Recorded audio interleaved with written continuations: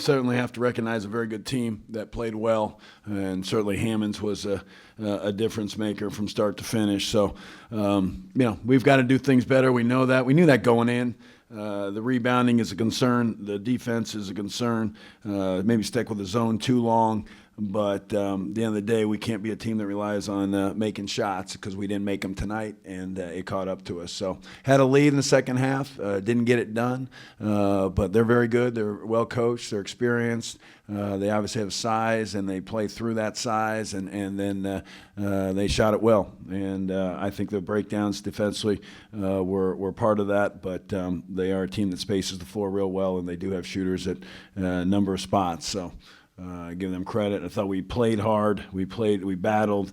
We learned some things in the first half and got better to get us a lead in the second half. But it seemed like we had wide open threes. They had some guarded threes. Theirs went in, ours didn't, and that really separated the two teams at that point from our 1 point lead. So disappointed, certainly, because this was an opportunity on our home floor, and you can't lose home games no matter how good the opponent is. Do you think Klein was just sort of a case of a guy making shots, or do you think he could have defended him better? There's certainly we knew what he was, so I guess you can't give him the looks that he had, and we're the understanding, the sense of urgency is not where it needs to be a really, really good team, and I think we will. I think we will get there, but we're not at that point now. So we've got to recognize it and do something about it quickly. What were they able to do against your man that led you to change to the zone? They got the ball inside much too easy, and we didn't make shots. So we were always on. They were always in transition. They were never taking it out of bounds. That can add up. But they're good, and the big guys were scoring inside. They got some second shot opportunities, and we were not putting the ball in the basket. So again, I think I'm concerned that when we're not making shots, we don't have we rely solely on that, and that's what we've got to get figured out as we go forward here. Defense is going to win games, and their defense won tonight's game. Is that a good lesson for them to learn now, 5 games in, the way you played offensively, that it's not always going to be there? Yeah, we've been drilling it. I don't know when the lesson's got to be learned, but we've got to improve. They know it. You got to do something about it, and so we've got to get better. And we've got some guys that have to give us more on the defensive end, and guys. It's across the board. What you said, Hammonds really, he hurt you a lot. It looked like he was able just to kind of shoot over top of your guys. Yeah. Did the plan call for you to not let him catch it there? Was that kind of how you? Yeah, we watched him on film. We didn't want him to get touches. We wanted to have better ball pressure than what we got. But I watched him against all the teams that they played against. They certainly had done the same things. He'd got touches. Haas had got touches. Haas even more so, to be honest. But we didn't get it done, and then we did the zone. I thought we had him catching a little farther out because of that for a stretch, but we didn't sustain it, and then they went to some perimeter shooting, some three-point shooting, and that knocked it down. But I think we gave him, with Hyman's, we give him an open three in the first half that he knocks down, and we didn't. We just let him stand out there and shoot it, and that was not part of what we wanted to do. So we certainly didn't do the things that we wanted to do for 40 minutes on the defensive end. I thought we got going a little bit better offensively, got in a rhythm as the game went on, and got good shots. For the most part, I thought we had. You got to shoot it better than 4 for 19, especially with the threes that we had. But again, those are going to happen, and you got to win with defense. And it's we're not at that point to beat a very good team. This team's as good as anybody in the country. There's no question about it. When you went to the zone, did you think that would make it a little more difficult for them to enter the ball to Hammonds?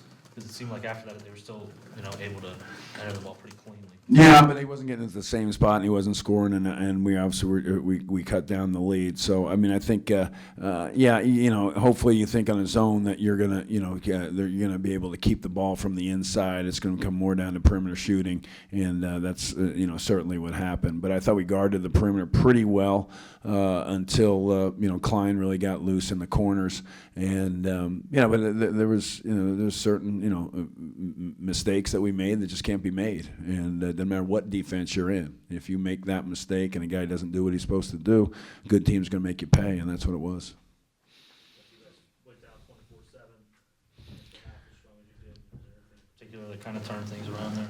I think we. I thought the zone. I think had something to do with it. We, I think we were better offensively. I thought we we really missed some shots, but we got some more layups in transition, which is something we really wanted to hurt them on transition. We didn't get as much as we wanted to out of that, we obviously got a 1-point lead in the second half. We got a lead with 12 minutes left. You got to finish it. You're at your home court. You got to finish it. And we didn't. So, we could go through all the different things that they did early, but at the end of the day, it was there's a stretch there. We had wide open threes. I think 3 or 4 in a row that we don't hit, and those they can't be deflating. But they were, and that's what we have to get across to our guy. If we miss a shot, we have to have the confidence and the belief that we're gonna get it done in the defensive end the next time down. Maybe the last 2 games now, I don't want to say shrunk your bench, but it's pretty clear the minutes are kind of going to less guys. Are you concerned by that, or is that kind of the plan? And I think it's kind of the plan. I mean, obviously we had some blowouts, and most of our games were some blowouts. It's just like everybody in the minutes get a little bit more balanced, and you're not playing guys in blowout situations. So, I'd like to get more from our bench, but we didn't get the production we needed out of the bench, both defensively and offensively. So that's a problem, and we've got to get it fixed. And it's some of the newcomers, but we've got to get more because and especially on the defensive end, they've got to become a factor on the defensive end for us. Are you still trying to figure out what's the best rotation for your big men there? The ones that play 7 minutes? Yeah, I mean, I think there's not much separation between them. They're going to be in foul trouble, and one's going to get it done. I don't think there's going to be a set thing. So, we can talk about rotations for, I don't think the rotation was to have Haas play 9 minutes, and that's how it ended up. So, we can talk about rotations. Things change. It's basketball. It's fouls. It's guys playing. It's guys making threes that haven't made threes, and that's what Hammonds did. So, it's you got to play. They got to have a number of guys coming ready to go and giving you defense. We believe every single game.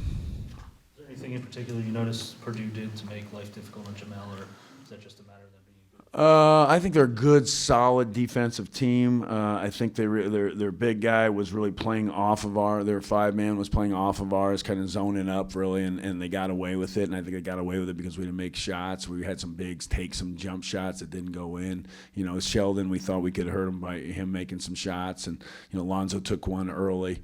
And I think they just, as they didn't go and the open threes didn't go, they just continued to sit in the lane.